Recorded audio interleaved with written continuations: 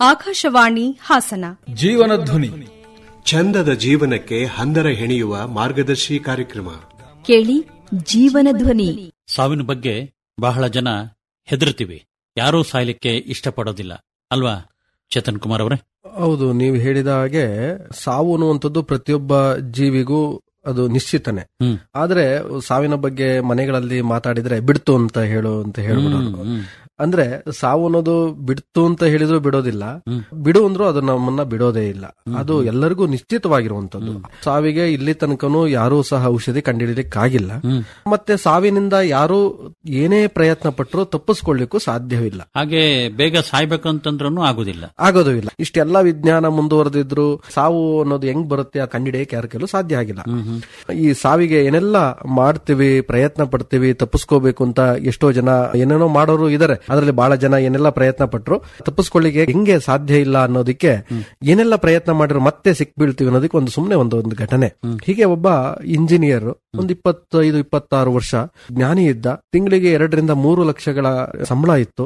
ದೊಡ್ಡ ಕನಸನ್ನು ಇಟ್ಕೊಂಡಿದ್ದ. ಹೀಗೆ ಒಬ್ಬನೇ ನಗರದ ಒಂದು ದೊಡ್ಡ ಪಟ್ಟಣದಲ್ಲಿ ವಾಸ ಇದ್ದ. ರೂಮ್ ಅಲ್ಲಿ ಬೆಳಗಿನ ಜಾವ 5 ಗಂಟೆಗೆ ಯಾರೋ ಬಾಗ್ಲು ಬಡ್ದಂಗಾಯ್ತು.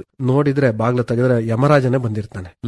ಹೇಳ್ತಾನೆ, ನೋಡಪ್ಪ, ನಾನು ಹಿಂಗೆ ಯಮರಾಜ, ದೇವಾನ ದೇವತೆಗಳು ಪಟ್ಟಿ ಕಳಿಸಿದ್ದಾರೆ, ಅಂದ್ರೆ ಲೀಸ್ಟ್ ಕೊಟ್ಟು ಕಳಿಸಿದ್ದಾರೆ ನನ್ನ ಕೈಲಿ. ಆ ಲೀಸ್ಟ್ ಅಲ್ಲಿ ನಿನ್ನ ಹೆಸರು ಮೊದಲಿದೆ, ನಡಿ ಹೊರಡೋಣ ಅಂತ ಹೇಳ್ತಾನೆ. ಆಗ ಅವನು ಬುದ್ಧಿವಂತನಲ್ಲ, ಚಾಣಾಕ್ಷತನ ಏನಾದ್ರು ಮಾಡಬೇಕು ಅಂತ ಹೇಳಿ ಯಮರಾಜನ ಒಳಗೆ ಕರೀತಾನೆ, ಕುತ್ಕೊ ಬನ್ನಿ ಅಂತ ಹೇಳಿ. ಬೆಳಿಗ್ಗೆನೆ ಬಂದಿದ್ರಿ, ಅದು ಅಲ್ಲದೆ ಒಂದ್ ಸ್ವಲ್ಪ ಚುಮ್ಮು ಚಳಿ ಅಂತ ಅನ್ಸುತ್ತೆ. ಹಾಗೆ ಹೋಗೋದೇಗೆ ಒಂದೊಳ್ಳೆ ಕಾಫಿ ಮಾಡ್ತೀನಿ, ನಾನೇ ಇರೋದು ರೂಮ್ ನಲ್ಲಿ, ಮದುವೆ ಗಿದ್ವೆ ಆಗಿಲ್ಲ, ಕನಸು ಬಹಳ ಇತ್ತು, ಆದ್ರೆ ನೀವು ಬಿಡೋಂಗಿಲ್ಲ ನನ್ನನ್ನ. ಬಂದಿದ್ರಿ ಅಂದ್ಮೇಲೆ ಹಂಗೆ ಹೋಗೋದೇಗೆ, ಕಾಫಿ ಕುಡ್ಕೊಂಡು ಹೋಗೋಣ, ನಾನೇ ಕಾಫಿ ಮಾಡ್ತೀನಿ ಅಂತ ಹೇಳಿ ಒಳ್ಳೆ ಕಾಫಿ ಮಾಡ್ತಾನೆ. ಕಾಫಿ ಮಾಡ್ಬೇಕಾದ್ರೆ ಅದಕ್ಕೊಂದು ಮಂಪರು ಬರುವಂತಹ ಒಂದು ಮಾತ್ರೆಯನ್ನ ಆ ಕಾಫಿ ಒಳಗೆ ಹಾಕಿ ಕೊಡ್ತಾನೆ. ಇವನಿಗೇನು ಗೊತ್ತು, ಯಮರಾಜ ಕುಡಿತಾನೆ. ಒಳ್ಳೆ ಬೆಳಗಿನ ಜಾವ ಚೇರ್ ಮೇಲೆ ಒಳ್ಳೆ ಬಿಸಿ ಬಿಸಿ ಕಾಫಿ, ಒಂಥರ ಹಂಗೆ ಮಂಪು ನಿದ್ದೆ ಬಂದ್ಬಿಡುತ್ತೆ. ಇವನು ಏನು ಲೀಸ್ಟ್ ಪಟ್ಟಿ ಇತ್ತಲ್ಲ, ಆ ಪಟ್ಟಿಯ ಕಾಗದವನ್ನ ತಗೊಂಡು ಎಲ್ಲದನ್ನ ಹರಿದು ಕಸದ ಬುಟ್ಟಿಗೆ ಅದೇ ರೀತಿ ಎಲ್ಲರ ಹೆಸರನ್ನು ಬರೆದು ಇವನ ಹೆಸರನ್ನ ಕೊನೆಗೆ ಬರೀತಾನೆ. ಕೊನೆಗೆ ಬರೆದಾದ್ಮೇಲೆ ಅವನ ಕೈಗೆ ಅದೇ ರೀತಿ ಇಡ್ತಾನೆ. ಒಂದ್ ಅರ್ಧ ಗಂಟೆ ಆದ್ಮೇಲೆ ಯಮರಾಜನಿಗೆ ಎಚ್ಚರ ಆಗುತ್ತೆ. ಅವನಿಗೆ ಖುಷಿ ಆಗ್ಬಿಡುತ್ತೆ. ಯಮರಾಜನಿಗೆ ಇಷ್ಟು ದಿನ, ಇಷ್ಟು ವರ್ಷಗಳ ಕಾಲ ಎಷ್ಟೋ ಮನೆಗಳಿಗೆ ಹೋಗಿ ಬಂದಿದ್ದೀನಿ, ಯಾರು ಈ ತರದ ಸತ್ಕಾರವನ್ನ ಮಾಡಿಲ್ಲ. ಯಾಕೆ ಬಂದೆ ಅಂತ ಬೈದಿರೋದುಂಟು, ಶಾಪ ಹಾಕಿರೋದುಂಟು, ಏನೆಲ್ಲ ಗೋಳಾಡಿರೋದುಂಟು. ಆದ್ರೆ ನೀನು ಒಬ್ಬ ಯುವಕನ ನಾನು ಕರೆದಿಷ್ಟು ಕಾಫಿ ಕೊಟ್ಟೆ, ಖುಷಿ ಆಯ್ತು. ಹಾಗಾಗಿ ದೇವಾನ ದೇವತೆಗಳಿಗೆ ನಾನೇ ಹೇಳ್ತೀನಿ, ಈ ಪಟ್ಟಿಲಿರೋ ಹೆಸರು ಮೊದಲನೇ ನಿಂದಿತ್ತಲ್ಲ, ನಿನ್ನನ್ ಕರ್ಕೊಂಡು ಹೋಗಲ್ಲ, ಇದ್ರಲ್ಲಿ ಯಾರ್ದು ಕೊನೆದಿದೆಯೋ ಅವನ್ನ ಕರ್ಕೊಂಡು ಹೋಗ್ತೀನಿ ಅಂತೇಳಿ. ಅವಾಗ ಅವನಂತೆ ಮನಸ್ಸಿನಲ್ಲೇ ಏನ್ ಮಾಡಿದ್ರು, ಏನೆಲ್ಲ ಪ್ರಯತ್ನ ಪಟ್ರು ಈ ಸಾವಿನಿಂದ ತಪ್ಪಿಸ್ಕೊಳ್ಳಿಕ್ಕೆ ಸಾಧ್ಯ ಆಗ್ಲೇ ಇಲ್ವಲ್ಲ ಅಂತೇಳಿ. ಅಂದ್ರೆ ನಾವೆಲ್ಲ ಅರ್ಥ ಮಾಡ್ಕೋಬೇಕು, ಜೀವನ ಅನ್ನೋದು ಇದೆ ಅಂದ್ಮೇಲೆ ಕೊನೆ ಅನ್ನೋದು ಇದೆ, ಪ್ರಾರಂಭ ಅಂದ್ಮೇಲೆ ಅಂತ್ಯ ಇದ್ದೇ ಇದೆ ಅಂದಾಗ ಇವೆರಡರ ನಡುವೆ ಒಳ್ಳೆಯ ಬದುಕನ್ನ ಬದುಕ್ತಾ, ಒಳ್ಳೆಯ ಜೀವನವನ್ನ ನಡೆಸ್ತಾ, ಒಂದಿಷ್ಟು ಒಳ್ಳೆಯದನ್ನ ಮಾಡ್ತಾ ಬದುಕಿದ್ರೆ ಸಾವಿನ ನಂತರೂ ಸಹ ಬದುಕಬಹುದು. ನಾನ್ ಸಾವಿನಿಂದ ತಪ್ಪಿಸ್ಕೊಂತೀನಿ ಅಂತ ಹೋಗೋದಿದೆಯಲ್ಲ, ಇದು ಹುಚ್ಚು ಸಾಹಸ. ಇದು ಯಾವ ಕಡೆಯಿಂದನೂ ಸಾಧ್ಯವಿಲ್ಲ. ಹಾಗಾಗಿ ಸಾವಿಗೆ ಔಷಧಿ ಇಲ್ಲ, ಸಾವಿನಿಂದ ತಪ್ಪಿಸ್ಕೊಳ್ಳಿಕ್ಕೂ ಸಾಧ್ಯವಿಲ್ಲ ಅನ್ನುವಂಥದ್ದು ಇವತ್ತಿನ ಸಂದೇಶ. ಕೇಳಿದ್ರೆ ಈ ಕಾರ್ಯಕ್ರಮದಲ್ಲಿ ಭಾಗವಹಿಸಿದವರು ಬೇಲೂರು ತಾಲೂಕು ಅಡಗೂರಿನ AR ಚೇತನ್ ಕುಮಾರ್ ಅವರು.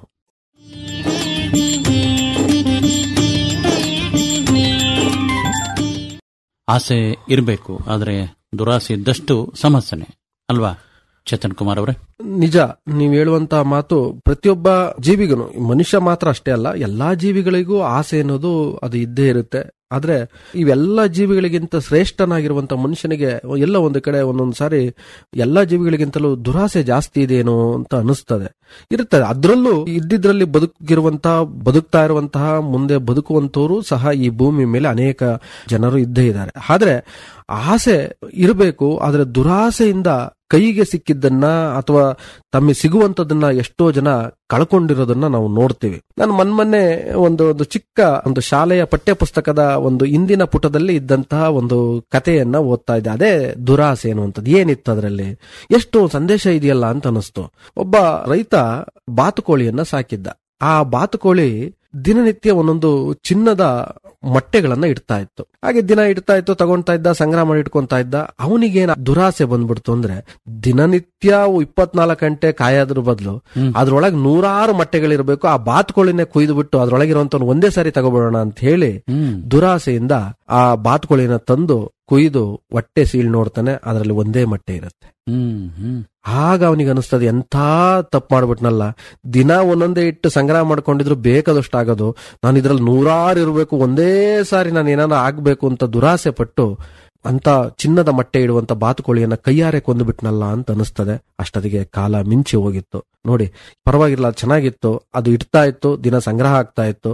ದುರಾಸೆ ಪಟ್ಟು ಅಂತ ಚಿನ್ನದ ಮೊಟ್ಟೆ ಇಡುವಂತ ಬಾತುಕೋಳಿಯನ್ನ ಕೈಯಾರೆ ಕೊಂದು ದುರಾಸೆಯಿಂದ ತನ್ನ ಗಳಿಕೆಯನ್ನ, ತನ್ನ ಸಂಪಾದನೆಯನ್ನ ಕೈಯಿಂದ ಕಳ್ಕೊಂಡಂಗಾಯ್ತು ಅನ್ನುವಂಥದ್ದು ಇದರ ಕಥೆಯ ಸಾರಾಂಶ. ಹಾಗಾಗಿ ನಾವು ಒಂದೊಂದ್ಸಾರಿ ದುರಾಸೆಗೆ ಒಳಗಾಗಿ ಅಥವಾ ಅತಿ ಆಸೆಯಿಂದ ಇನ್ನೇನೋ ಆಗ್ಬಿಡುತ್ತೆ ಅನ್ನುವಂತ ರೀತಿಯಲ್ಲಿ ಈ ಪ್ರಕೃತಿಯ ವಿರುದ್ಧವಾದಂತಹ ರೀತಿಯಲ್ಲಿ ಈಡ್ತಾ ಇದೀವಲ್ಲ, ಇದೂ ಸಹ ಎಲ್ಲ ಒಂದು ಕಡೆ ನಮಗೆ ಪಾಠವನ್ನ ಕಲಿಸುತ್ತೆ. ಹಾಗಾಗಿ ನಮ್ಮ ಒಂದು ದುರಾಸೆಯನ್ನ ಬಿಟ್ಟು ಮುಂದಿನ ಪೀಳಿಗೆಗೆ ಅಥವಾ ಮುಂದಿನ ಜನಾಂಗಕ್ಕೆ ನಾವು ಏನಾದರೂ ಒಂದಿಷ್ಟು ಈ ಪ್ರಕೃತಿಯನ್ನ, ಈ ಭೂಮಿಯನ್ನ, ಈ ಪರಿಸರವನ್ನ ಬಿಟ್ಟೋದ್ರೆ ಒಳ್ಳೇದು.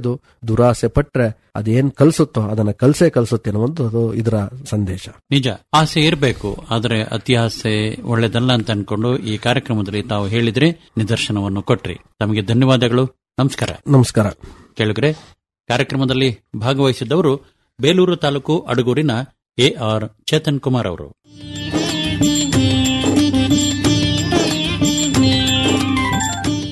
ಕೇಳುಗರೆ, ಎಷ್ಟೋ ಜನ ಮಾಡಿದ್ದನ್ನ ಬಹುಬೇಗ ಮರೆತು ಬಿಡ್ತಾರೆ, ಅದರಲ್ಲೂ ಒಳ್ಳೆಯದನ್ನ. ಎಷ್ಟೋ ಜನ ಕೆಟ್ಟದ್ದನ್ನ ಮಾಡಿ ಮಾಡಿ ಇನ್ನೂ ಹೆಚ್ಚಿಗೆ ಮಾಡ್ಲಿಕ್ಕೆ ಹೊರಡ್ತಾರೆ. ಅದು ಒಳ್ಳೇದಲ್ಲ ಅಂತ ಗೊತ್ತಿದ್ರೂ ಎಷ್ಟೋ ಜನ ಬಹಳ ದಿನ ನೆನಪಿನಲ್ಲಿ ಇಟ್ಕೊಳ್ಳೋದಿದೆ. ಏನಂತೀರಿ ಚೇತನ್ ಕುಮಾರ್ ಅವರೇ? ತಾವು ಹೇಳಿದಂತ ಮಾತಿಗೆ ಪ್ರಸ್ತುತವಾಗಿ ಬಸವಣ್ಣನವರು ಒಂದು ವಚನದಲ್ಲಿ ಹೇಳ್ತಾರೆ, ಮಾಡಿ ಮಾಡಿ ಕೆಟ್ಟರು ಮನವಿಲ್ಲದೆ, ನೀಡಿ ನೀಡಿ ಕೆಟ್ಟರು ನಿಜವಿಲ್ಲದೆ, ಮಾಡುವ ನೀಡುವ ನಿಜಗುಣ ಇಲ್ಲದಿದ್ದಡೆ ಕೂಡಿಕೊಂಬ ನಮ್ಮ ಕೂಡಲ ಸಂಗಮ ದೇವ ಅಂತೇಳಿ. ಮಾಡೋದು ಮತ್ತು ನೀಡುವ ನಿಜಗುಣ ಉಳ್ಳೊಡೆ ಅಂದ್ರೆ ಹೊರಗೆ ನಿಂತು ನಾವು ಬದುಕಿದ್ರೆ ಅದ್ರ ಸಾರ್ಥಕತೆನೆ ಬೇರೆ ಇರುತ್ತೆ.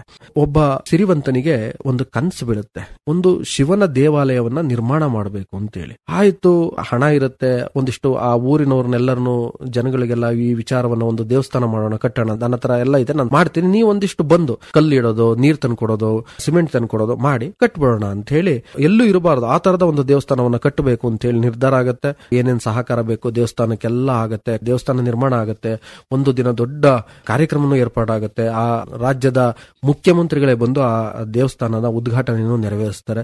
ಬಹಳ ಖುಷಿ ಆಗತ್ತೆ, ಎಲ್ಲರೂ ಇವನನ್ನ ಕೊಂಡಾಡ್ತಾರೆ. ಇಂಥ ಒಂದು ಅದ್ಭುತವಾದ ದೇವಸ್ಥಾನವನ್ನು ಇವನು ಕಟ್ಟಿದ್ನಲ್ಲ ಇವನ್ ನೇತೃತ್ವದಲ್ಲಿ ಅಂತ ಹೇಳಿ. ಇವನಿಗೂ ಎಲ್ಲ ಒಂದು ಕಡೆ ನಾನು ಮಾಡಿದೆ ಎನ್ನುವಂತ ಅಹಮ್ಮು ಅಥವಾ ಒಂದು ಅಭಿಮಾನ ಅಥವಾ ಬಿಗುಮಾನ ಇದ್ದೇ ಇರುತ್ತೆ. ಆಯ್ತು, ದೇವಸ್ಥಾನ ಎಲ್ಲಾ ಕಾರ್ಯಕ್ರಮಗಳು ಬಹಳ ಅಚ್ಚುಕಟ್ಟಾಗಾಯ್ತು. ಮಾರನೇ ದಿನ ಕನಸಿನಲ್ಲಿ ದೇವರು ಪ್ರತ್ಯಕ್ಷ ಆಗ್ಬಿಡ್ತಾನೆ. ನೀನ್ ಇಷ್ಟೆಲ್ಲ ದೇವಸ್ಥಾನ ಕಟ್ಟಿದೆ, ಆದ್ರೆ ನನಗೆ ನಿನಗಿಂತಲೂ ಇಲ್ಲಿ ಒಬ್ರು ಮುದುಕಿ ಇದ್ದಾರೆ, ಅವರ ಕೆಲಸ ನನಗೆ ಬಹಳ ಹೆಮ್ಮೆ ಅನ್ಸಿದೆ, ಬಹಳ ಖುಷಿ ಕೊಟ್ಟಿದೆ ಅಂತ ಹೇಳಿ ದೇವರು ಹೇಳ್ಬಿಡ್ತಾನೆ. ಇವ್ನಿಗೆ ಹೇಳಿದ್ ಆಶ್ಚರ್ಯ ಆಯ್ತು. ಅಲ್ಲ, ದೇವಸ್ಥಾನ ಕಟ್ಟಕ್ಕೆ ಹಣ ವಿನಿಯೋಗಿಸ್ತಾನೆ ನಾನು, ಎಲ್ಲರನ್ನು ಸೇರಿಸಿ ಇದೆಲ್ಲ ಕಟ್ಟೋದಕ್ಕೆ ಸಹಕಾರ ಕೊಟ್ಟಿದ್ ನಾನು, ಯಾರ ಮುದುಕಿ ಅಂತ ಹೇಳಿ ಹುಡುಕೊಂಡು ಹೋಗ್ತಾನೆ. ಮುದುಕಿ ಹತ್ರ, ಅಮ್ಮ ನೀನೇನ್ ಕೆಲಸ ಮಾಡ್ದೆ? ಒಂದಿಷ್ಟು ದೇವಸ್ಥಾನಕ್ಕೆ ಬಂದಿದ್ ನಾನು ನೋಡ್ಲಿಲ್ಲ, ಇಲ್ಲಿ ಏನೋ ಕೆಲಸ ಮಾಡಿದ್ ನಾನು ನೋಡ್ಲಿಲ್ಲ, ನೀನೇನ್ ಮಾಡ್ದಮ್ಮ? ಏನಿಲ್ಲಪ್ಪ, ದೇವಸ್ಥಾನ ಕಟ್ತಾ ಇದಾರೆ, ಜನ ಬರೋರು ಇದೇ ದಾರಿಯಲ್ಲಿ ಹೋಗೋರು, ನಡ್ಕೊಂಡು ಹೋಗೋರು, ನಡ್ಕೊಂಡ್ ಬರೋರು, ಪಾಪ ಅವರು ಎಲ್ಲ ದಣ್ಕೊಂಡ್ ಬರ್ತಾರೆ, ಬಾಯಾರಿಕೆ ಇರುತ್ತೆ ಅಂತೇಳಿ ಬರೋರಿಗೆ ಒಂದಿಷ್ಟು ಮಣ್ಣಿನ ಮಡಿಕೆಯಲ್ಲಿ ತಣ್ಣನೆಯ ನೀರ್ ಕೊಡ್ತಾ ಇದ್ದೆ, ನನ್ ಕಡೆಯಿಂದ ಇನ್ನೇನ್ ಮಾಡಕ್ಕಾಗತ್ತಪ್ಪ, ಈ ದೇವ್ರ ಸೇವೆ ಅಷ್ಟೊಂದ್ ಕೆಲಸ ಮಾಡೋರಿಗೆ ನಂದು ಒಂದು ಸಣ್ಣ ಸೇವೆ ಇರಲಿ ಅಂತ ಮಾಡ್ತಾ ಇದ್ದೆ ಅಂತ ಹೇಳಿ ಹೇಳ್ತಾಳೆ. ಒಂದು ಸಣ್ಣ ಸೇವೆಯನ್ನ ಮಾಡಿದ್ದು ಇದು ದೇವರಿಗೆ ಪ್ರಿಯ ಆಗಿತ್ತು. ನಾನು ಮಾಡದೆ ಎನ್ನುವಂತ ಅಭಿಮಾನ ಅಥವಾ ಬಿಗುಮಾನ ಅಥವಾ ನನ್ನಿಂದ ಆಗಿತ್ತು ಅನ್ನುವಂತಹ ಒಂದು ವಿಚಾರ ನಮ್ಮನ್ನ ದೇವರಿಂದ ಬಹಳ ದೂರ ಇಟ್ಟಿತ್ತು. ಬರೀ ಒಂದು ನೀರು ಕೊಟ್ಟಿದ್ದು ನಾನಲ್ಲಪ್ಪ, ಬಂದವರಿಗೆ ಒಂದು ಸೇವೆ ಅನ್ನುವಂತ ಭಾವನೆ, ಅಜ್ಜಿದ ಸೇವೆ ದೇವರಿಗೆ ಪ್ರಿಯವಾಗಿತ್ತು ಅನ್ನುವಂಥದ್ದು. ಹಾಗಾಗಿ ಇದನ್ನೇ ಮಾಡಿ ಮಾಡಿ ಕೆಟ್ಟರು ಮನವಿಲ್ಲದೆ, ನೀಡಿ ನೀಡಿ ಕೆಟ್ಟರು ನಿಜವಿಲ್ಲದೆ ಎನ್ನುವಂಥದ್ದು ಶರಣರ ವಾಣಿಯಂತೆ ಈ ಕಥೆಯ ಸಾರಾಂಶ. ಸಣ್ಣ ಕೆಲಸ ಆದ್ರೂ ಎಷ್ಟೋ ಸಾರಿ ಅದು ಬಹು ಪ್ರಮುಖ ಅನಿಸುತ್ತೆ. ಆದ್ರೆ ಎಷ್ಟೋ ಜನ ಸಣ್ಣ ಕೆಲಸವನ್ನೇ ದೊಡ್ಡದಾಗಿ ಉಲ್ಲೇಖ ಮಾಡ್ತಾ ಅದನ್ನ ಬಿಗುಮಾನದಿಂದ ಹೇಳ್ಕೊಳ್ತಾ ಪ್ರಚಾರ ಪಡ್ಕೊಳ್ತಾರೆ. ನೀರಿಲ್ದಲನೆ, ಉಪಚಾರ ಇಲ್ದಲನೆ ಎಷ್ಟೋ ಸಾರಿ ಒಳ್ಳೆ ಕೆಲಸಗಳು ಆಗೋದಿಲ್ಲ ಅಲ್ವಾ? ಅಜ್ಜಿ ನೆನಪು ದೇವರಿಗೆ ಗೊತ್ತಾಯ್ತು, ಆದ್ರೆ ಎಷ್ಟೋ ಜನಗಳಿಗೆ ಗೊತ್ತಾಗ್ಲಿಲ್ಲ ಅಲ್ವಾ? ನಿಜ. ಕಾರ್ಯಕ್ರಮದಲ್ಲಿ ಹಿತವಾಗಿ ಮಾತಾಡಿದ್ರಿ, ತಮಗೆ ಧನ್ಯವಾದಗಳು. ನಮಸ್ಕಾರ. ನಮಸ್ಕಾರ. ಕೇಳುಗರೆ, ಈ ಕಾರ್ಯಕ್ರಮದಲ್ಲಿ ಭಾಗವಹಿಸಿದವರು ಬೇಲೂರು ತಾಲೂಕು ಅಡಗೂರಿನ AR ಚೇತನ್ ಕುಮಾರ್ ಅವರು.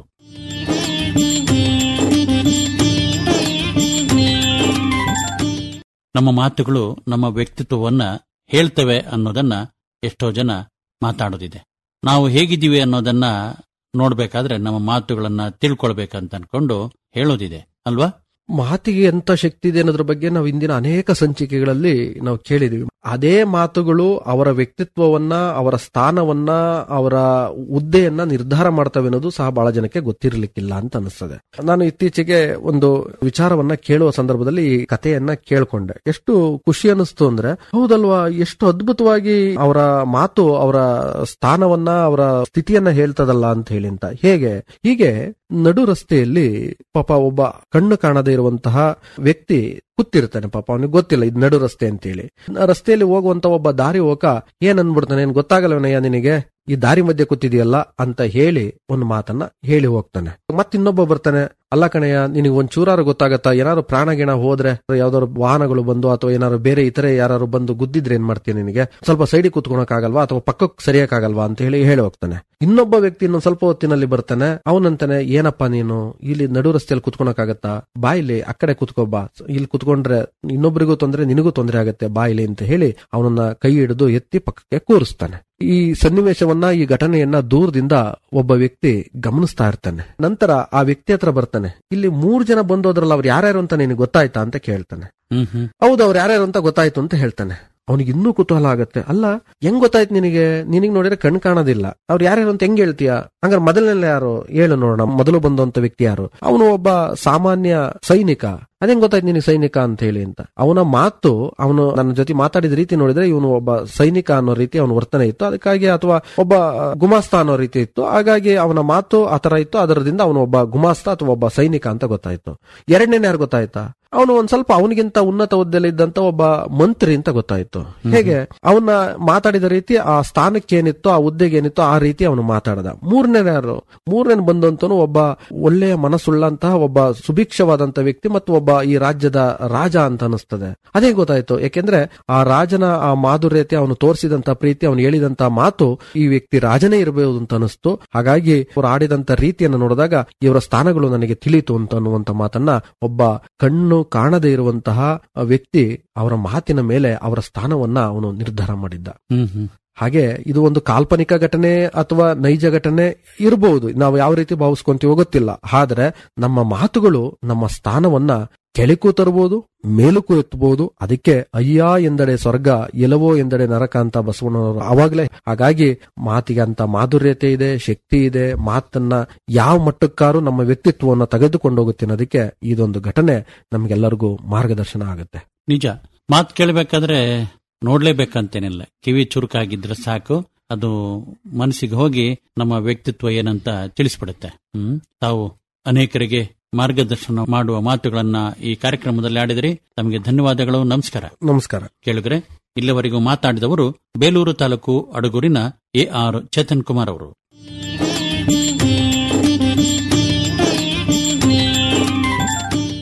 ಪರಿಶ್ರಮ ಇಲ್ದಲೇ ಫಲ ಸರಿಯಾಗಿ ಸಿಗುವುದಿಲ್ಲ.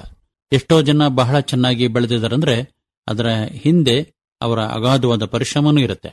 ಈ ಕುರಿತಂತೆ ತಾವು ಏನ್ ಹೇಳಲಿಕ್ಕೆ ಇಷ್ಟಪಡ್ತೀರಿ AR ಚೇತನ್ ಕುಮಾರ್ ಅವರೇ? ನಾವು ಬಹಳಷ್ಟು ಜನಗಳ ಜೀವನದ ಚರಿತ್ರೆಯನ್ನ ಅಥವಾ ಅವರ ಒಂದು ಬದುಕನ್ನು ನೋಡಿದಾಗ, ಏನಪ್ಪಾ ಇವನು ಬಹಳ ಪುಣ್ಯವಂತ, ಇವನಿಗೆಲ್ಲ ಸಿಕ್ಬಿಡ್ತಲ್ಲ, ಎಲ್ಲದೂ ಇವನಿಗೆ ದೊರೆತಿದೆಯಲ್ಲ ಅನ್ನುವಂತಹ ಭಾವನೆಯನ್ನ ನಾವು ವ್ಯಕ್ತಪಡಿಸ್ತೀವಿ ಅಥವಾ ಆ ಮಾತುಗಳನ್ನ ಹಾಡ್ತಾ ಇರ್ತೀವಿ. ಆದ್ರೆ ಅದರ ಹಿಂದೆ ಅವರು ಪಟ್ಟಂತಹ ಶ್ರಮ, ಅವರು ಮೀಸಲಿಟ್ಟಂತಹ ಸಮಯ ಇದೆಯಲ್ಲ, ಅದು ಯಾರ ಕಣ್ಣಿಗೂ ಬೀಳೋದಿಲ್ಲ. ಇದೇ ಇವತ್ತಿನ ದಿನಗಳಲ್ಲಿ ನಾವು ಬಹಳ ದೊಡ್ಡ ದುರಂತವನ್ನ ನಾವು ನೋಡ್ತಾ ಇರುವಂತದ್ದು. ಇವತ್ತಿನ ದಿನಮಾನದಲ್ಲಿ ಏನೋ ಫೇಸ್ಬುಕ್ ಅದು ಇದು ಅಂತ ಏನು ನೋಡ್ತೀವಿ, ಅದರಲ್ಲಿ ಏನೋ ಇದ್ದಕ್ಕಿದ್ದಾಗೆ ಏನೋ ಬಂತು, ದೊಡ್ಡ ವ್ಯಕ್ತಿ ಆಗ್ಬಿಟ್ಟ ಅನ್ನುವಂತ ಮಾತುಗಳನ್ನ ನೋಡ್ತೀವಿ. ಅಷ್ಟೇ ಬೇಗ ಅಷ್ಟೇ ರೀತಿಯಲ್ಲಿ ಅವರು ನಮ್ಮಿಂದ ದೂರ ಆಗಿರೋದನ್ನ ಅವನು ಗಮನಿಸ್ತೀವಿ. ಆದ್ರೆ ಹಾಗಲ್ಲ, ಆ ಯಶಸ್ಸು ಅದು ಯಶಸ್ಸೇ ಅಲ್ಲ. ಅದರ ಯಶಸ್ಸು ಹೇಗಿರಬೇಕು ಅಂದ್ರೆ, ಇನ್ನೊಂದ್ಸರಿ ಅವರ ಇತಿಹಾಸ ಪುಟಗಳಲ್ಲಿ ಅವರ ಹೆಸರು ಯಾವಾಗ್ಲೂ ರಾರಾಜಿಸ್ತಾ ಇರಬೇಕು.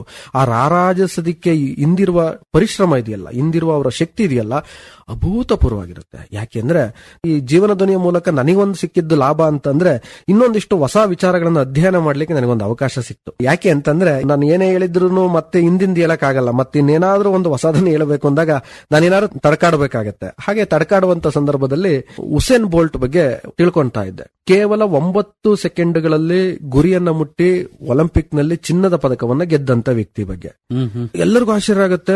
ಈಗ ಒಂದು ಇತಿಹಾಸ ಇದೆ. ಈಗ 9 ಸೆಕೆಂಡ್ ನಲ್ಲಿ ಆ ಗುರಿಯನ್ನ ಮುಟ್ಲಿಕ್ಕೆ ಯಾರ ಕಡೆಯಿಂದನೂ ಸಾಧ್ಯ ಆಗಿಲ್ಲ ಅನ್ನುವಂಥದ್ದು. ನಿಮ್ಮ ಈ 9 ಸೆಕೆಂಡ್ಗಳ ಸಾಧನೆ ಎಷ್ಟು ಬೇಗ ನಿಮಗೆ ಫಲಿಸ್ಲಿಕ್ಕೆ ಸಾಧ್ಯ ಆಗಿದೆ ಅನ್ನುವಂಥದನ್ನ ಮಾತನ್ನ ಯಾರೋ ಒಬ್ರು ಕೇಳಿದಾಗ ಆ ವ್ಯಕ್ತಿ ಹೇಳಿದ ಉತ್ತರವನ್ನ ಕೇಳಿ ಮೈಯೆಲ್ಲ ಒಂದು ಕ್ಷಣ ಜುಮ್ ಅಂದ್ಬಿಡುತ್ತೆ. ಯಾಕೆಂದ್ರೆ ಸುಮಾರು 7-8 ವರ್ಷಗಳ ಕಾಲ ಪ್ರತಿದಿನ 24 ಗಂಟೆಗಳಲ್ಲಿ 8 ಗಂಟೆ ನಿರಂತರ ಅಭ್ಯಾಸ ಮತ್ತು ಒಂದು ದಿನನೂ ರಜಾ ಹಾಕಿಲ್ಲಂತೆ. ಅದು ವಿಶೇಷ.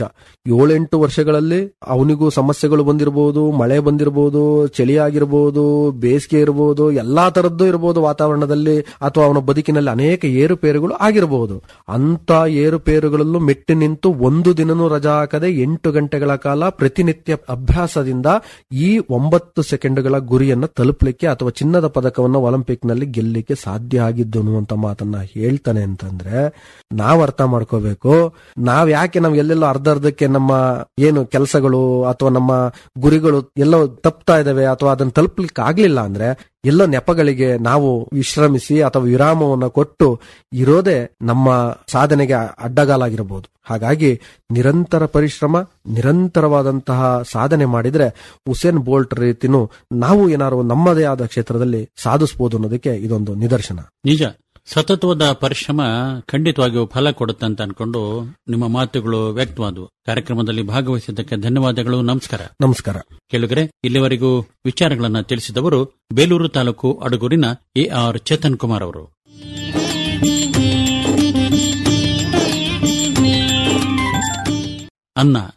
ಅನ್ನ ಇಲ್ದಲೇ ಜೀವನನೇ ಮಾಡಕ್ಕಾಗೋದಿಲ್ಲ. ಆದರೆ ಅನ್ನವನ್ನ ಎಷ್ಟೋ ಜನ ಹೇಗೇಗೋ ಪರಿಗಣಿಸ್ತಾರೆ.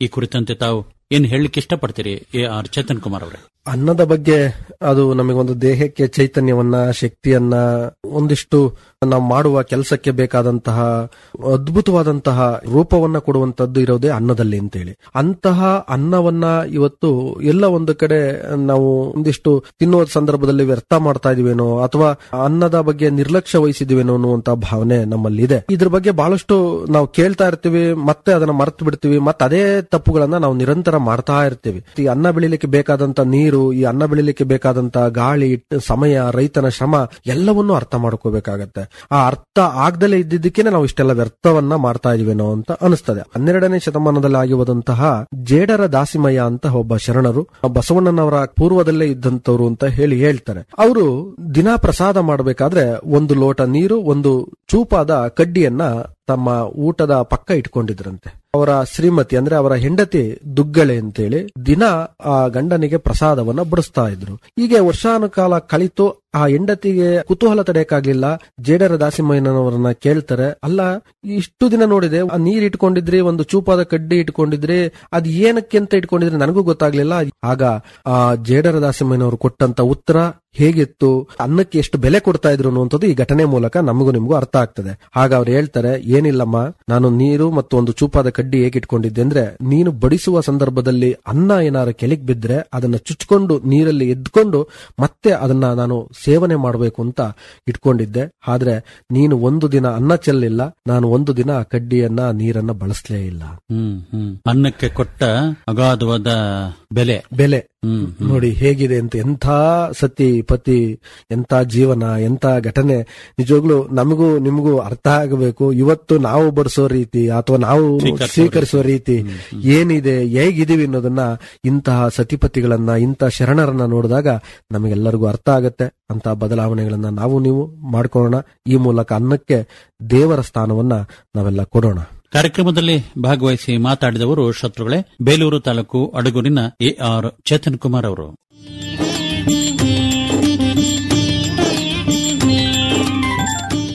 ಎಷ್ಟೋ ಸಾರಿ ನಾವು ಮಠಗಳಿಗೆ ಹೋದಾಗ ಅಥವಾ ಧರ್ಮಕ್ಷೇತ್ರಗಳಿಗೆ ಹೋದಾಗ ಅಲ್ಲಿ ಊಟಕ್ಕೆ ಬನ್ನಿ, ತಿಂಡಿಗೆ ಬನ್ನಿ ಅಂತ ಕರೆಯೋದಿಲ್ಲ. ಪ್ರಸಾದಕ್ಕೆ ಬನ್ನಿ, ಪ್ರಸಾದ ಸ್ವೀಕರಿಸಿದ್ರ ಅಂತ ಅನ್ಕೊಂಡು ಮಾತಾಡುತ್ತಿದೆ. ಏನು ಊಟ ತಿಂಡಿ ಆ ಪದಗಳಿಗಿಂತ ಪ್ರಸಾದ ಏನು ಪ್ರಮುಖವಾದದ್ದು, ಏನು ವಿಶೇಷತೆ? ಈ ಪ್ರಸಾದ ಅನ್ನುವಂತ ರೀತಿನೇ ಅಂದ್ರೆ ನಾವು ಸ್ವೀಕರಿಸುವಂತದ್ದು ಇದು ಒಂದು ಪದಾರ್ಥ ಅಲ್ಲ, ಇದೊಂದು ಆಹಾರ ಅಲ್ಲ. ಇದು ಒಂದು ಪ್ರಸಾದ ಅನ್ನುವಂತ ರೀತಿ. ಯಾಕೆ ಪ್ರಸಾದ ಅಂತ ಕರೆದ್ರು ಅಂದ್ರೆ, ಈ ಜೀವಂತ ಶರೀರ ಏನಿದೆ, ಈ ದೇಹ, ಈ ಶರೀರಕ್ಕೆ ಬೇಕಾದಂತಹ ಚೈತನ್ಯವನ್ನ, ಶಕ್ತಿಯನ್ನ, ಈ ದೇಹಕ್ಕೆ ಬೇಕಾದಂತಹ ಏನು ರಕ್ತ, ಮಾಂಸ, ಮಜ್ಜೆ ಎಲ್ಲವನ್ನು ಉತ್ಪತ್ತಿ ಮಾಡುವಂತ ಶಕ್ತಿ ಇರೋದು ನಾವು ತೆಗೆದುಕೊಳ್ಳುವಂತಹ ಪ್ರಸಾದದಲ್ಲಿ. ಹಾಗಾಗಿ ಅಂತಹ ಪ್ರಸಾದವನ್ನ ನಾವೆಲ್ಲ ಒಂದು ಕಡೆ ಇವತ್ತಿನ ದಿನಮಾನದಲ್ಲಿ ಏನ್ ತಿಳ್ಕೊಂಡಿದೀವಿ ಅಂದ್ರೆ, ಅದೊಂದು ಏನಾದ್ರು ಒಂದು ಪದಾರ್ಥ ಅಂತಲೋ, ಅದೊಂದು ಆಹಾರ ಅಂತಲೋ, ಅದೊಂದು ಊಟ ಅಂತಲೋ, ಅದನ್ನು ತಿಂಡಿ ಅಂತಲೋ ತಿಳ್ಕೊಂಡಿರುವಂತದ್ದು ನಮ್ಮ ಭಾವನೆ. ಆದರೆ ಇನ್ನೂ ಒಂದು ಮಾತು ಅರ್ಥ ಆಗ್ಬೇಕು. ಇದನ್ನು ಪ್ರಸಾದ ಅಂತ ತಿಳ್ಕೊಂಡು ಸೇವನೆ ಮಾಡಿದಾಗ ಸೇವಿಸುವಂತಹ ಆಹಾರ ಅನ್ನುವಂಥದ್ದು ಏನಿರುತ್ತೆ ಅದು ಪ್ರಸಾದವಾಗಿ ಬದಲಾಗ್ತದೆ. ಅಂದ್ರೆ ಅದು ಶಕ್ತಿಯಾಗಿ, ಅದು ನಮಗೆ ದೇಹಕ್ಕೆ ಚೈತನ್ಯವಾಗಿ ಬದಲಾಗ್ತದೆ. ಮೊನ್ನೆ ಓದಬೇಕಾದ್ರೆ ಒಂದು ಲೇಖನದಲ್ಲಿ ಒಬ್ರು ಲೇಖಕರು ಒಂದು ಮಾತನ್ನ ಹೇಳ್ತಾರೆ. ಎಷ್ಟು ಅದ್ಭುತವಾದಂತ ಮಾತನ್ನ ಹೇಳಿದ್ದಾರೆ ಅಂದ್ರೆ, ನೀವೆಲ್ಲರೂ ಸಹ, ನೀವು ಎಲ್ಲರೂ ಒಂದು ಅಡಿಗೆ ಕೋಣೆಯ ಮೇಲೋ ಅಥವಾ ನಾವು ಪ್ರಸಾದ ಮಾಡುವಂತ ಸ್ಥಳದಲ್ಲೋ ಈ ಮಾತನ್ನ ಬರೆದು ಜ್ಞಾತಾಕೋಬೇಕು ಅಂತ ಅನಿಸ್ತದೆ. ಇಂಥವುಗಳು ಮನೆಗಳಲ್ಲಿ ಇರಬೇಕು. ಆದ್ರೆ ಇವತ್ತು ಅಂಥವುಗಳು ಇಲ್ದಲೇ ನಾವೆಲ್ಲ ಒಂದು ಕಡೆ ನಮ್ಮ ಅನಾರೋಗ್ಯಕ್ಕೂ ಅಥವಾ ನಮ್ಮ ಮಾನಸಿಕ ಸ್ಥಿತಿಗೂ ಈ ಆಹಾರ ಅಂದ್ರೆ ಈ ಪ್ರಸಾದ ಕೆಲಸ ಮಾಡುತ್ತೆ ಅನ್ನೋದು ನಮ್ಮೆಲ್ಲರಿಗೂ ಅರ್ಥ ಆಗ್ತದೆ. ಏನ್ ಹೇಳಿದಾರೆ ಅವರು ಅಂದ್ರೆ, ನೀವು ಅರ್ಥ ಮಾಡ್ಕೊಳ್ಳಿ. ಅವ್ರು ಹೇಳ್ತಾರೆ, ದೇವರ ಪೂಜೆಯನ್ನ ಎಷ್ಟು ಶ್ರದ್ಧೆ ಭಕ್ತಿಯಿಂದ ಮಾಡುತ್ತೀಯೋ ಅದಕ್ಕಿಂತಲೂ 2 ಪಟ್ಟು ನೀನು ಬೆಳಗಿನ, ನಮ್ಮ ಸಾಮಾನ್ಯ ಭಾಷೆಯಲ್ಲಿ ಹೇಳಿದಾರೆ ಏನು ಊಟ ತಿಂಡಿ ಅಂತ ಹೇಳಿಯೋ, ಮತ್ ನೀವು ಪ್ರಸಾದ ಅಂದ್ರೆ ಅದ್ ಮತ್ ನೀವು ಬೇರೆ ತರ ನಿಮಗೆ ಗೊತ್ತಿಲ್ಲ ಹೋದ್ರೆ ತಕ್ಷಣ ಏನೋ ಅನ್ಕೊಂಡ್ಬಿಡ್ತೀರಿ. ಹಾಗಲ್ಲ, ಬೆಳಗಿನ ಉಪಹಾರ, ಮಧ್ಯಾಹ್ನದ ಏನು ಊಟ ಅಥವಾ ರಾತ್ರಿ ಊಟ ಮಾಡಬೇಕಾದ್ರೆ ಹೇಗಿರ್ಬೇಕು, ಅದಕ್ಕಿಂತಲೂ 2 ಪಟ್ಟು ಶ್ರದ್ಧೆ ಭಕ್ತಿ ಪ್ರೀತಿ ಇದ್ರೆ ಮಾತ್ರ ನಿಮ್ಮ ಆರೋಗ್ಯನೂ ಚೆನ್ನಾಗಿರುತ್ತೆ, ನಾವು ಸಹ ಚೆನ್ನಾಗಿ ಬದುಕಬಹುದು. ಅದನ್ನೇ ನಮ್ಮ ಭಾರತೀಯರು ಪ್ರಸಾದ ಅಂತ ಕರೆದಿದ್ದು. ಅಂತ ಪ್ರಸಾದವನ್ನ ನಾವು ತೆಗೆದುಕೊಂಡ್ರೆ ನಾವು ಸಹ ಆರೋಗ್ಯವಾಗಿ, ಸದೃಢವಾಗಿ, ಲವಲವಿಕೆಯಿಂದ ಇರಲಿಕ್ಕೆ ಸಾಧ್ಯ ಆಗತ್ತೆ. ಊಟ ಮಾತ್ರ ಯಾವತ್ತೂ ಯಾರಿಗೂ ಶಕ್ತಿ ಕೊಡಲ್ಲ, ಚೈತನ್ಯ ಕೊಡಲ್ಲ. ಹಾಗಾಗಿನೇ ಇವತ್ತು ಬಹಳ ಜನ ಸಾಮಾನ್ಯ ಭಾಷೆಯಲ್ಲಿ ಹೇಳ್ತಾ ಇರ್ತಾರೆ, ನಾನು ಇಷ್ಟು ಊಟ ಮಾಡ್ತೀನಿ, ಅಷ್ಟು ತಿಂತೀನಿ, ಹಿಂಗ್ ಮಾಡ್ತೀನಿ, ಆತರ ಮಾಡ್ತೀನಿ, ಆದ್ರೂ ಯಾಕೋ ನನಗೇನು ಪರಿಣಾಮ ಬೀರಿಲ್ಲ. ಅಂದ್ರೆ ನೀವಿನ್ನು ಊಟದಲ್ಲಿದೆಯಾ, ಪ್ರಸಾದಕ್ಕೆ ಬಂದಿಲ್ಲ ಅಂತ. ನೀವು ಯಾವತ್ತು ಪ್ರಸಾದಕ್ಕೆ ಬಾ, ನಿನ್ನ ಪ್ರಸಾದ ಸ್ಥಿತಿ ಅಂದ್ರೆ ಭಾವನೆನೂ ಅದೇ ರೀತಿ ಬಂತು ಅಂದ್ರೆ ನೀನ್ ತಿನ್ನುವ ಕಟುಕು ರೊಟ್ಟಿ ಅಮೃತಕ್ಕೆ ಸಮಾನ ಆಗುತ್ತೆ. ನೀನೇನಾದ್ರು ಅಮೃತನೇ ತಿಂದ್ರು ನಿನ್ನ ಭಾವನೆ ಅಂದ್ರೆ ನಿನ್ನ ಮನಸ್ಸು ಅಥವಾ ನಿನ್ನ ವಾತಾವರಣ ಆ ಮಟ್ಟಕ್ಕೆ ಬರಲಿಲ್ಲ ಅಂದ್ರೆ ಅದು ಊಟ ಆಗುತ್ತೆ ಅನ್ನುವಂಥದ್ದು ಇದರ ಸಂದೇಶ. ನಿಜ. ನಾವು ಸೇವಿಸುವ ಪ್ರತಿಯೊಂದು ಪದಾರ್ಥಗಳನ್ನ ಪವಿತ್ರವಾಗಿ ಪರಿಗಣಿಸಬೇಕು. ಅದಕ್ಕೆ ತಾವು ಹೇಳಿದಂಗೆ ದೈವಿ ಸ್ವರೂಪವನ್ನು ಕೊಡಬೇಕು. ಕೇಳುಗರೆ, ಈ ಕಾರ್ಯಕ್ರಮದಲ್ಲಿ ವಿಚಾರಗಳನ್ನು ತಿಳಿಸಿದವರು ಬೇಲೂರು ತಾಲೂಕು ಅಡಗೂರಿನ AR ಚೇತನ್ ಕುಮಾರ್ ಅವರು.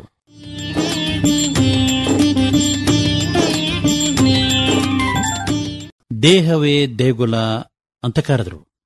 ನಿಜ, ದೇಹದಲ್ಲಿ ಏನೆಲ್ಲ ಪ್ರಮುಖವಾದ ಅಂಗಾಂಗಗಳಿದಾವೆ, ಪವಿತ್ರವಾದ ಭಾಗಗಳಿದಾವೆ.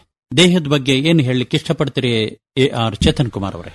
ದೇಹದ ಬಗ್ಗೆ ಎಷ್ಟು ಹೇಳಿದ್ರು ಸಾಲೋದಿಲ್ಲ ಬಿಡಿ. ಅದ್ಭುತವಾದಂತ, ಅಭೂತಪೂರ್ವವಾದಂತ, ನಮಗೆ ಗೊತ್ತಿಲ್ಲಾರದಂತ ವಿಸ್ಮಯಗಳು ಈ ದೇಹದಲ್ಲಿ ನಡೀತಾ ಹೋಗ್ತಾ ಇರ್ತವೆ.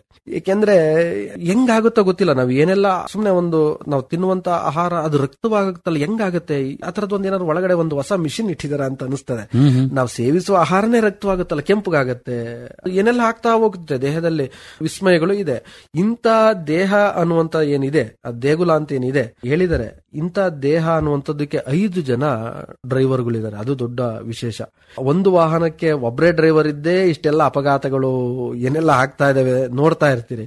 ದೇಹ ಅನ್ನುವಂತ ವಾಹನಕ್ಕೆ 5 ಜನ ಡ್ರೈವರ್ಗಳು ಇರಬೇಕಾದ್ರೆ ಇನ್ ಯಾವ ಮಟ್ಟಕ್ಕೆ ಇದನ್ನ ನಾವು ಸುರಕ್ಷಿತವಾದ ಸ್ಥಳಕ್ಕೆ ಅಥವಾ ಸುರಕ್ಷಿತವಾಗಿ ತೆಗೆದುಕೊಂಡು ಹೋಗೋದಕ್ಕೆ ಎಷ್ಟೆಲ್ಲ ಕಷ್ಟ ಇದೆ ಅನ್ನೋದನ್ನ ಅರ್ಥ ಮಾಡ್ಕೋಬೇಕು. ಅದಕ್ಕೆ ಈ ತರದ ಡ್ರೈವರ್ಗಳನ್ನ ನಮ್ಮ ಹಿಡಿತದಲ್ಲಿ ಇಟ್ಕೊಳ್ಳಿಕ್ಕಾಗಿನೇ ಅಥವಾ ಅದನ್ನ ನಮ್ಮ ಹೇಳಿದ ರೀತಿ ಕೇಳೋ ರೀತಿಗೋಸ್ಕರನೇ ಈ ತರದ ಜೀವನ ಧ್ವನಿಯ ಮೂಲಕ ಒಂದಿಷ್ಟು ವಿಚಾರಗಳನ್ನ ಹೇಳ್ತಾ ಕಿವಿಗೆ ಒಂದಿಷ್ಟು ಒಳ್ಳೆ ವಿಚಾರಗಳನ್ನ ಹಾಕುವಂಥದ್ದು. ಏನಾದ್ರು ಬೇರೆ ಬೇರೆ ಇದರಲ್ಲೇ ಬೇರೆ ಬೇರೆ ವಿಚಾರಗಳು ಬರ್ತವೆ. ಆ ವಿಚಾರಗಳಲ್ಲಿ ಆಹಾರದ ಅಥವಾ ಕಣ್ಣಿಂದು ಅಥವಾ ಚರ್ಮದ್ದು ಈ ತರದ್ದೆಲ್ಲ ಬಹಳಷ್ಟು ವಿಚಾರಗಳನ್ನು ವಿನಿಮಯ ಮಾಡ್ತಾ ಇರ್ತೀವಿ. ಅಂದ್ರೆ ಇವುಗಳನ್ನೆಲ್ಲವನ್ನೂ ನಾವು ನಿಗ್ರಹಿಸಿಕೊಂಡು ಇರುವಂತದ್ದು, ಅಂದ್ರೆ ಇವುಗಳನ್ನೆಲ್ಲವನ್ನೂ ನಮ್ಮ ಹಿಡಿತದಲ್ಲಿ ಇಟ್ಕೊಂಡು ಹೋಗೋದಿದೆಯಲ್ಲ ಬಹಳ ಕಷ್ಟ ಸಾಧ್ಯ. ಯಾಕೆಂದ್ರೆ ಕಣ್ಣು ಒಂಥರ ಬಯಸುತ್ತೆ, ಕಿವಿ ಒಂಥರ ಬಯಸುತ್ತೆ, ಚರ್ಮ ಒಂಥರ ಕೇಳುತ್ತೆ, ನಾಲಿಗೆ ಇನ್ನೊಂಥರ ಹೇಳುತ್ತೆ, ಹಾಗೇನೆ ನಮ್ಮ ನಾಸಿಕ ಇನ್ನೊಂಥರ ಏನೇನೋ ಬಯಸ್ತವೆ, ಏನೆಲ್ಲ ಕೇಳ್ತವೆ.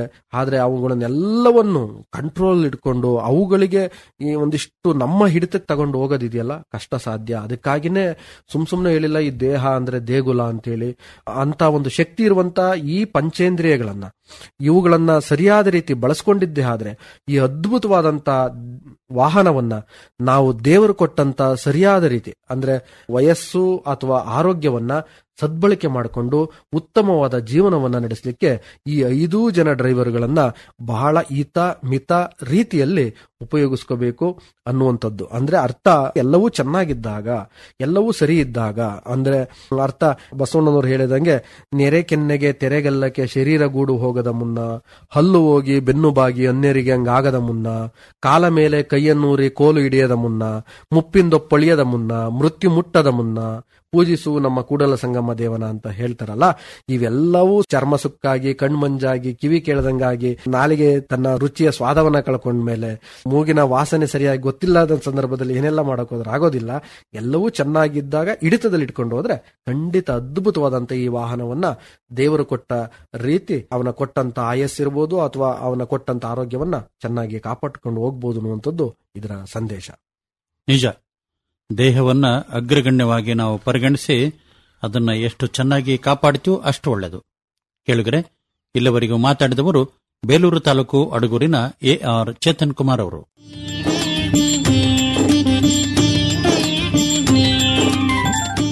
ಸ್ನಾನ ಅಂತ ಅನ್ಕೊಂಡ್ರೆ ಶುಚಿ ಅನ್ನೋ ಒಂದು ಅರ್ಥ ಬಂದೇ ಬರುತ್ತೆ. ಎಷ್ಟೋ ಜನ ದಿನಕ್ಕೆ 1 ಸಾರಿ 2 ಸಾರಿ ಸ್ನಾನ ಮಾಡ್ತಾರೆ, ಚೆನ್ನಾಗಿರ್ತಾರೆ. ಆದರೆ ಗುಣವಂತರಾಗಿರೋದಿಲ್ಲ ಅಂತ ಅನ್ಕೊಂಡು ಮಾತಾಡೋದಿದೆ ನಮ್ಮ ಸಮಾಜದಲ್ಲಿ. ಈ ತರ ಏನು ಹೇಳಲಿಕ್ಕೆ ಇಷ್ಟಪಡ್ತೀರಿ ಚೇತನ್ ಕುಮಾರ್ ಅವರು? ನಮ್ಮ ಯೋಗದಲ್ಲೂ ಸಹ ಶೌಚ ಅಂತ ಏನು ಬರುತ್ತದೆ, ಅಂದ್ರೆ ಅಷ್ಟಾವರಣ ಅಂತ ಬರುತ್ತೆ, ಯಮ ನಿಯಮ ಅಂತ ಏನು ಬರ್ತದೆ, ಅದರಲ್ಲಿ ಇದಕ್ಕೂ ಬಹಳ ಮಹತ್ವ. ಅಂದ್ರೆ ಶೌಚ, ಸಂತೋಷ, ತಪಸ್ಸು, ಸ್ವಾಧ್ಯಾಯ, ಈಶ್ವರ ಪ್ರಣಿಧಾನ ಅಂತ ಬರುತ್ತದೆ. ಅಂದ್ರೆ ಶೌಚ ಅಂದ್ರೆ ಒಂದು ಶುಚಿಯಾಗಿರುವಂತದ್ದು. ಆ ಶುಚಿಯಲ್ಲಿ ಮುಖ್ಯವಾಗಿ ಏನು ನಾವು ಸ್ನಾನ ಅನ್ನುವಂಥದ್ದು ಬಹಳ ಮಹತ್ವ ಇದೆ. ಅಂತ ಸ್ನಾನವನ್ನ ನಾವು ಯಾವ ರೀತಿ ಮಾಡಬೇಕು ಅನ್ನುವಂಥದ್ದು ಬಹಳ ಜನಕ್ಕೆ ಗೊತ್ತಿರ್ಲಿಕ್ಕಿಲ್ಲ. ಸ್ನಾನಕ್ಕೆ ಹೋದ್ರೆ ಕೆಲವು ಜನ ಸುಮ್ಮನೆ ಇದ್ದಕ್ಕಿದ್ದಾಗೆ ಏನು ಬಿಸಿ ನೀರನ್ನ ತಲೆ ಮೇಲಿಂದ ದಬಾದವನು ಉಯ್ಕೊಳ್ತಾರೆ. ಅದಲ್ಲ. ಅಂದ್ರೆ ನಮ್ಮ ಇಂದಿನ ಋಷಿಮುನಿಗಳು ಅಥವಾ ಇಂದಿನ ನಮ್ಮ ಆರೋಗ್ಯದ ಮೂಲ ಕರ್ತೃಗಳಾದಂತಹ ಸುಶ್ರುತ ವಾಗ್ಭಟರ ಆರೋಗ್ಯ ಸೂತ್ರದಲ್ಲಿ ಬರುತ್ತೆ, ಬಿಸಿ ನೀರಿನ ಸ್ನಾನವನ್ನ ಪಾದದಿಂದ ಮಾಡಬೇಕು, ತಣ್ಣೀರಿನ ಸ್ನಾನವನ್ನ ತಲೆಯಿಂದ ಮಾಡಬೇಕು. ಇದು ಅವರು ಅವತ್ತಿನ ಅನುಭವದಲ್ಲಿ ಬರೆದ್ರು. ಆದ್ರೆ ಸೈನ್ಸ್ ಏನ್ ಹೇಳುತ್ತೆ, ಯಾವತ್ತೂ ಅಷ್ಟೇ ಪಾದಗಳು ಬಿಸಿ ಇರಬೇಕು, ತಲೆ ತಣ್ಣಗಿರ್ಬೇಕು ಅಂತ. ಅದೇ ನೀನೇನಾದ್ರು ಬಿಸಿ ನೀರನ್ನ ತಲೆ ಮೇಲೆ ಹಾಕೊಂಡ್ರೆ ತಲೆ ಬಿಸಿ ಆಗುತ್ತೆ. ಅದೇ ತಣ್ಣೀರನ್ನ ತಕ್ಷಣ ನೀನು ಪಾದಕ್ಕೆ ಹಾಕೊಂಡ್ರೆ ಪಾದ ತಣ್ಣಗಾಗತ್ತೆ. ಇದರಿಂದ ನಿನ್ನ ಆರೋಗ್ಯದ ಮೇಲೆ ಪರಿಣಾಮವನ್ನ ಬೀರ್ತದೆ. ಹಾಗಾಗಿ ಯಾವತ್ತು ತಣ್ಣೀರು ತಲೆಯಿಂದ, ಬಿಸಿ ನೀರು ಪಾದದಿಂದ ಮಾಡಬೇಕು. ಒಂದು ಇದು ಸ್ನಾನ ಮಾಡುವ ರೀತಿ. ಒಂದು ಅದರಲ್ಲಿ ಸ್ನಾನದಲ್ಲಿ ಯಾವುದು ಶ್ರೇಷ್ಠ ಯಾವುದು ಕನಿಷ್ಠ ಅದು ನಿಮಗೆ ಬಿಟ್ಟಿದ್ದು. ಅದನ್ನೆಲ್ಲ ನಾವು ಇಲ್ಲಿ ಕುತ್ಕೊಂಡು ನೀವು ಇದನ್ನೇ ಮಾಡಿ ಅಂತಂದ್ರೆ ಅದು ತಪ್ಪಾಗುತ್ತೆ. ಅದು ನಿಮ್ ಯಾವ ಸ್ನಾನ ಮಾಡಿ, ಒಟ್ಟು ಏನೇ ಸ್ನಾನ ಮಾಡಬೇಕಾದ್ರೂ ಇದು ದೇಹವನ್ನ ಎಷ್ಟು ಶುಚಿ ಮಾಡುತ್ತೋ ಹಾಗೆ ನಮ್ಮ ಒಂದು ದೇಹದ ಒಳಗಿರುವಂತ ನರನಾಡಿಗಳಿಗೂ ಒಂದು ಚೈತನ್ಯವನ್ನೂ ಕೊಡುತ್ತೆ. ಇದು ಬಹಳ ಮುಖ್ಯ. ಯಾಕೆಂದ್ರೆ ಯಾರೋ ಒಬ್ರು ತಮಾಷೆಗೆ ಹೇಳ್ತಾ ಇದ್ರು, ಹೇಗಿತ್ತಂತೆ ಮೊದಲು ಪದ್ಧತಿ ಅಂತಂದ್ರೆ ದಿನಕ್ಕೆ 3 ಹೊತ್ತು ಸ್ನಾನ ಮಾಡಿ 1 ಹೊತ್ತು ಊಟ ಮಾಡೋರಂತೆ ಆರೋಗ್ಯವಾಗಿದ್ರಂತೆ. ಇವತ್ತೇನಾಯ್ತು, 3 ಹೊತ್ತು ಊಟ 1 ಹೊತ್ತು ಸ್ನಾನ, ಅಥವಾ 1 ಹೊತ್ತು ಮಾಡ್ತಾರೋ ಇಲ್ವೋ ಅದು ಗೊತ್ತಿಲ್ಲ ಇವತ್ತು ಬಹಳ ಜನ. ಯಾಕೆಂದ್ರೆ ದೇವಾನ ದೇವತೆಗಳು ಭೂಲೋಕಕ್ಕೆ ಮನುಷ್ಯನನ್ನ ಕಳಿಸಿದ ಮೇಲೆ ಅವನ ಜೀವನ ಪದ್ಧತಿಯನ್ನ ಹೇಳ್ಕೊಡ್ಬೇಕಲ್ಲ, ಹಿಂಗ್ ಬದುಕಬೇಕು ಅಂತ. ಆಗ ಅಲ್ಲಿ ಚರ್ಚೆ ಆದ್ಮೇಲೆ ಹೆಂಗೆ ಅವನು ಚೆನ್ನಾಗಿ ಬದುಕಬೇಕಾದ್ರೆ ಅವನಿಗೆ ಹೆಂಗಿರ್ಬೇಕು, ಅದರಲ್ಲಿ ಸ್ನಾನಕ್ಕೆ ಎಷ್ಟು ಮಹತ್ವ ಕೊಡಬೇಕು ಅನ್ನೋದನ್ನ ಹೇಳಿದಾಗ, ನೋಡ್ರಪ್ಪ 3 ಹೊತ್ತು ಸ್ನಾನ ಮಾಡಿ 1 ಹೊತ್ತು ಊಟ ಮಾಡಿದ್ರೆ ಅವನ ಆರೋಗ್ಯವಾಗಿರ್ಲಿಕ್ಕೆ ಸಾಧ್ಯ ಆಗುತ್ತೆ. ಇದನ್ನ ಹೆಂಗೆ ಭೂಲೋಕಕ್ಕೆ ಹೋಗಿ ಹೇಳಿ ಬರ್ಬೇಕಲ್ಲ, ಯಾರನ್ನ ಕಳಿಸೋದು, ನಾರದನ್ ಕಳ್ಸೋಣ ಅಂತ ಹೇಳಿ ನಾರದನ್ಗೆ ಹೇಳಿ ಕಳಿಸಿದ್ರಂತೆ. ನಾರದ ಅಲ್ಲಿ ಬರ್ತಾ ಬರ್ತಾ ಹೇಳ್ಕಂತ ಬರ್ತಾ ಭೂಮಿ ಬರೋದ್ರೊಳಗೆ ಅದೇನಾಯ್ತು ಅಂದ್ರೆ 3 ಹೊತ್ತು ಊಟ 1 ಹೊತ್ತು ಸ್ನಾನ, 3 ಹೊತ್ತು ಊಟ 1 ಹೊತ್ತು ಸ್ನಾನ ಆಯ್ತು. ಅದು ಅಲ್ಲಿ ಹೇಳಿದ್ದು 3 ಸ್ನಾನ 1 ಹೊತ್ತು ಊಟ ಅಂತ ಹೇಳಿ. ಇವತ್ತು 1 ಹೊತ್ತು ಮಾಡ್ತಾರೋ, ವಾರಕ್ಕೆ 1 ದಿನ ಮಾಡ್ತಾರೋ ಅಥವಾ ವಾರದಲ್ಲಿ ಮಾಡೋದಿಲ್ಲೋ ಗೊತ್ತಿಲ್ಲ. ನಿಜವಾಗ್ಲೂ ಸ್ನಾನದಲ್ಲಿ ತಿನ್ನುವ ಊಟಕ್ಕಿಂತಲೂ ಹೆಚ್ಚು ಅದ್ಭುತವಾದ ಶಕ್ತಿ ಇದೆ. ಯಾಕೆಂದ್ರೆ ರಕ್ತ ಚಲನೆ ಚೆನ್ನಾಗುತ್ತೆ, ಚರ್ಮ ಚೆನ್ನಾಗಿ ಉಸಿರಾಟ ಮಾಡುತ್ತೆ, ಮತ್ತೆ ದೇಹಕ್ಕೆ ಒಂದು ಹೊಸ ಲವಲವಿಕೆಯನ್ನ ಕೊಡುತ್ತೆ.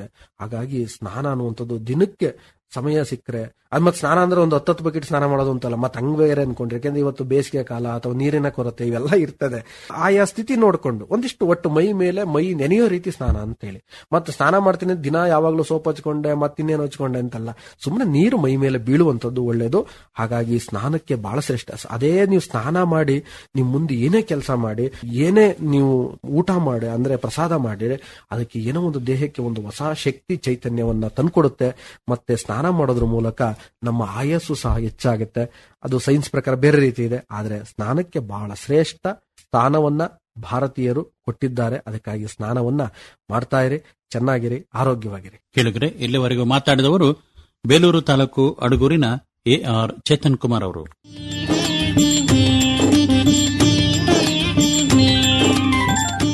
ನಿರ್ಧಾರಗಳು ನಮ್ಮ ಜೀವನದಲ್ಲಿ ಎಷ್ಟೋ ಸಾರಿ ಒಳ್ಳೆದನ್ನು ಮಾಡ್ತವೆ, ಇಲ್ಲವೇ ಕೆಡಕನ್ನು ಉಂಟು ಮಾಡ್ತವೆ. ನಾವು ತೆಗೆದುಕೊಳ್ಳುವ ನಿರ್ಧಾರಗಳು ಚೆನ್ನಾಗಿರ್ಬೇಕಂತ ನಮಗೂ ಗೊತ್ತು, ಬೇರೆಯವ್ರಿಗೂ ಗೊತ್ತು. ಆದ್ರೆ ಅದು ಹೇಗೇಗೋ ಆಗಿ ಹೋಗ್ಬಿಡುತ್ತೆ. ಏನ್ ಹೇಳಿಕ್ಕೆ ಇಷ್ಟಪಡ್ತೀರಿ ಚೇತನ್ ಕುಮಾರ್ ಅವರೇ? ಒಂದೊಂದು ಸಮಯದ ದುಡುಕಿನ ನಮ್ಮ ನಿರ್ಧಾರಗಳಿಂದ ಬಹಳಷ್ಟು ಬೇರೆಯವರ ಬಗ್ಗೆ ತಪ್ಪು ತಿಳುವಳಿಕೆಗಳನ್ನ ತಂದುಕೊಳ್ಳಿಕ್ಕೆ ಅಥವಾ ತಂದ್ಕೊಳ್ಳಿಕ್ಕೆ ಅಥವಾ ನಮ್ಮ ಮನಸ್ಸನ್ನ ಕೆಡಿಸ್ಕೊಳ್ಳಿಕ್ಕೂ ಕಾರಣಗಳು ಆಗ್ತವೆ. ಹಾಗಾಗಿ ಇದರಲ್ಲಿ ಒಂದಿಷ್ಟು ತಾಳ್ಮೆಯನ್ನ ಅಥವಾ ಸಮಾಧಾನವನ್ನ ವಹಿಸಿದ್ರೆ ಖಂಡಿತ ಅನೇಕ ಒಳ್ಳೆಯ ಫಲಿತಾಂಶಗಳನ್ನ ನಾವು ಕಾಣ್ಲಿಕ್ಕೆ ಸಾಧ್ಯ ಆಗುತ್ತೆ. ಅದನ್ನ ಬಿಟ್ಟು ನಾವೇನಾರು ಒಂದಿಷ್ಟು ತಪ್ಪು ನಿರ್ಧಾರವನ್ನ ಮಾಡಿದ್ರೆ ಅದರಿಂದ ಅನಾಹುತವನ್ನ, ಸಮಸ್ಯೆಯನ್ನ ನಾವು ಎದುರಿಸಬೇಕಾಗತ್ತೆ. ಅಂತಹ ಅನೇಕ ನಿದರ್ಶನಗಳನ್ನ ನಾವು ನೋಡ್ತಾ ಇರ್ತೀವಿ, ಕೇಳ್ತಾ ಇರ್ತೀವಿ. ಆದ್ರೆ ನಮಗೆ ಅರ್ಥ ಆಗೋದ್ರೊಳಗೆ ಏನೆಲ್ಲ ಘಟನೆಗಳು ಘಟಿಸಿ ಹೋಗ್ಬಿಡ್ತವೆ. ನೋಡ್ರಿ, ಒಂದೊಂದು ರೈಲ್ನಲ್ಲಿ ಹೇಗೆಲ್ಲ ಆಗುತ್ತಾರೆ ಅನ್ನೋದಕ್ಕೆ ಎಷ್ಟು ಅವ್ರದ್ದು ಮಹಾತ್ಮರಾಗ್ತಾರೆ ಅನ್ನೋದಕ್ಕೆ. ಈಗ ಮಹಾತ್ಮ ಗಾಂಧೀಜಿಯವರು ರೈಲ್ನಲ್ಲಿ ಹೋಗಬೇಕಾದ್ರೆ ಇದ್ದಕ್ಕಿದ್ದಾಗೆ ಅವರ ಒಂದು ಪಾದರಕ್ಷೆ ಕೆಳಗಡೆ ಬಿದ್ದೋಗ್ಬಿಡುತ್ತೆ. ಬಿದ್ದೋದ್ಮೇಲೆ ನಾವು ನೀವಾಗಿದ್ರೆ ಬಿಡು, ಒಂದ್ ಬಿದ್ದೋಯ್ತಲ್ಲ, ಒಂದಾರ ಇದೆಯಲ್ಲ ಅಂತ ಇಟ್ಕೊಂಡ್ ಬರೋವೇನೋ. ಆದ್ರೆ ಗಾಂಧೀಜಿಯವರು ಏನ್ ನಿರ್ಧಾರ ಮಾಡಿರ್ಬೇಡ, ಆ ನಿರ್ಧಾರನೇ ಅವ್ರನ್ನ ಅಷ್ಟು ಮಹತ್ವರನ್ನಾಗಿ ಮಾಡ್ತು ಅಂತ ಅನ್ಸ್ತದೆ. ತಕ್ಷಣನೇ ಏನ್ ಮಾಡ್ತಾರೆ, ಅವರು ಬಿದ್ದಂತ ಪಾದರಕ್ಷೆ ಹತ್ರ ಇನ್ನೊಂದು ಪಾದರಕ್ಷೆನ ತೆಗೆದು ಎಸ್ತು ಬಿಡ್ತಾರೆ. ಪಕ್ಕದಲ್ಲಿದ್ದಂತಹ ವ್ಯಕ್ತಿ ಅವ್ರನ್ನ ಕೇಳ್ತಾರೆ, ಏನ್ ಮಾಡಿದ್ರಿ ನೀವು ಅಂತ ಹೇಳಿ. ಏನಿಲ್ಲಪ್ಪ, ಈಗ ಒಂದು ಪಾದರಕ್ಷೆ ಬಿದ್ದೋಯ್ತು, ಅದು ಅವನಿಗೂ ಅನುಕೂಲ ಇಲ್ಲ, ನನಗೂ ಅನುಕೂಲ ಇಲ್ಲ. ಆದ್ರೆ ಅದನ್ನೇ ನಾನೇನಾದ್ರು ಇಟ್ಕೊ ಬಂದಿದ್ರೆ ನನಗೇನು ನಷ್ಟ ಆಗಲ್ಲ, ಆದ್ರೆ ಇನ್ನೊಬ್ಬರಿಗೆ ಅನುಕೂಲ ಆಗೋ ತಪ್ಪೋದಲ್ಲ, ಇನ್ನೊಬ್ರಿಗೆ ಉಪಕಾರನಾಗತ್ತೆ. ಈ ಪಾದರಕ್ಷೆ ಇಲ್ಲದೆ ಹೋದನಿಗೆ ಒಂದು ಉಪಕಾರ ಆಗತ್ತೆ ಅಂತೇಳಿ ತಕ್ಷಣ ನಿರ್ಧಾರ ಮಾಡಿ ಆ ಪಾದರಕ್ಷೆನೂ ಅದೇ ಜಾಗಕ್ಕೆ ಜೋರಾಗಿ ಅಷ್ಟೇ ಇನ್ನೊಬ್ಬನಿಗೆ ಉಪಯೋಗ ಆಗ್ಲಿ ಅಂತೇಳಿ ಇಂತ ಒಂದೊಂದು ಸಣ್ಣ ಸಣ್ಣ ನಿರ್ಧಾರಗಳು ಒಬ್ಬೊಬ್ಬ ವ್ಯಕ್ತಿಯನ್ನ ದೊಡ್ಡ ಮಟ್ಟಕ್ಕೆ ಕರ್ಕೊಂಡೋಗುತ್ತೆ ಅಥವಾ ಮಹಾತ್ಮರನ್ನಾಗಿ ಮಾಡುತ್ತೆ, ಒಬ್ಬರ ಯೋಗಿಗಳನ್ನಾಗಿ ಮಾಡುತ್ತೆ. ಅಂತಹ ಒಂದು ಸಣ್ಣ ನೋಡಿ ಸೂಕ್ಷ್ಮ ನಿರ್ಧಾರ ಮಹಾತ್ಮ ಗಾಂಧೀಜಿಯವ್ರದ್ದು ಅವರನ್ನ ಮಹಾತ್ಮರು ಅಂತ ಹೇಳಿ ಕರೀಲಿಕ್ಕೆ ಸಾಧ್ಯ ಆಗಿದ್ದು. ಇದು ಅವರ ಜೀವನದಲ್ಲಿ ನಡೆದಂತ ಒಂದು ಘಟನೆ ಅಥವಾ ಒಂದು ನಿರ್ಧಾರ ನಮ್ಮನ್ನು ಎಷ್ಟು ಕಣ್ ತೆರೆಸುತ್ತೆ ಅನ್ನೋದಕ್ಕೆ ಇದೊಂದು ಸಾಕ್ಷಿಯಾಗುತ್ತೆ. ನಿಜ, ನಮ್ಮ ಸಾಧಕ ವ್ಯಕ್ತಿಗಳ ಹಿನ್ನೆಲೆಯನ್ನ ಗಮನಿಸ್ತಾ ಹೋದ್ರೆ ಎಂತೆಂಥ ನಿರ್ಧಾರಗಳು ಅವರ ಬದುಕಿನ ಬೆಳಕಾಗಿ ಪರಿಣಮಿಸಿದ್ವು ಅಂತ ಗೊತ್ತಾಗುತ್ತೆ. ನಮ್ಮ ಜೀವನದಲ್ಲೂ ಆ ರೀತಿ ಆಗ್ತಾ ಇದ್ರೆ ಅದು ನಮಗೂ ಇತರರಿಗೂ ಒಳಿತೆ. ತಾವು ಈ ಕಾರ್ಯಕ್ರಮದಲ್ಲಿ ಭಾಗವಹಿಸಿದ್ದಕ್ಕೆ ಧನ್ಯವಾದಗಳು. ನಮಸ್ಕಾರ. ನಮಸ್ಕಾರ. ಕೇಳುಗರೆ, ಇದುವರೆಗೂ ಮಾತಾಡಿದವರು ಬೇಲೂರು ತಾಲೂಕು ಅಡಗೂರಿನ AR ಚೇತನ್ ಕುಮಾರ್ ಅವರು. ಇದುವರೆಗೆ ಜೀವನ ಧ್ವನಿ, ಚಂದದ ಜೀವನಕ್ಕೆ ಹಂದರ ಹೆಣೆಯುವ ಮಾರ್ಗದರ್ಶಿ ಕಾರ್ಯಕ್ರಮ ಮೂಡಿಬಂತು. ಕಾರ್ಯಕ್ರಮದ ನಿರ್ಮಾಣ ವಿಜಯ್ ಅಂಗಡಿ, ಸಂಕಲನಕ್ಕೆ ಸಹಕಾರ G. ಸೌಭಾಗ್ಯ. ಇದು ಹಾಸನ ಆಕಾಶವಾಣಿಯ ಜೀವನವಾಣಿ.